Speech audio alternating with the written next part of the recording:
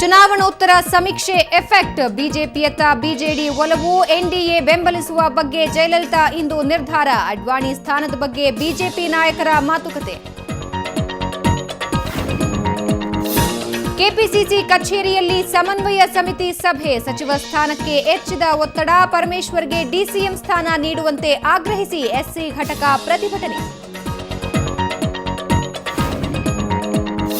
ಮತ್ತೊಮ್ಮೆ ವಿವಾದಕ್ಕೀಡಾದ ಸಂಸ್ಕೃತ ವಿಶ್ವವಿದ್ಯಾಲಯ, ರಿಜಿಸ್ಟ್ರಾರ್ ಅನ್ನ ನಿಯಮ ಬಾಹಿರವಾಗಿ ರಿಲೀವ್ ಮಾಡಿದ ವೈಸ್ ಚಾನ್ಸಲರ್, ರಿಜಿಸ್ಟ್ರಾರ್ ಬರೆದ ಪತ್ರ ಸುವರ್ಣ ನ್ಯೂಸ್ಗೆ ಲಭ್ಯ. ಪ್ರಹ್ಲಾದ್ ಜೋಶಿ ವಿರುದ್ಧ ಭ್ರಷ್ಟಾಚಾರ ಆರೋಪ ಹಿನ್ನೆಲೆ ಎಸ್ಆರ್ ಹಿರೇಮಠ ವಿರುದ್ಧ ಕ್ರಿಮಿನಲ್ ಮಾನನಷ್ಟ ಮೊಕದ್ದಮೆ, ಧಾರವಾಡ ಜಿಲ್ಲಾ ನ್ಯಾಯಾಲಯದಲ್ಲಿ ಜೋಶಿ ದೂರು. ಚಿಕಿತ್ಸೆ ಫಲಕಾರಿಯಾಗದೆ ಬಾಲಕ ಸಾವು, ವೈದ್ಯರ ನಿರ್ಲಕ್ಷ್ಯ ಆರೋಪ, ಕೋಲಾರ ಸುಗುಣ ಆಸ್ಪತ್ರೆಯಲ್ಲಿ ಸಂಬಂಧಿಕರ ಪ್ರತಿಭಟನೆ.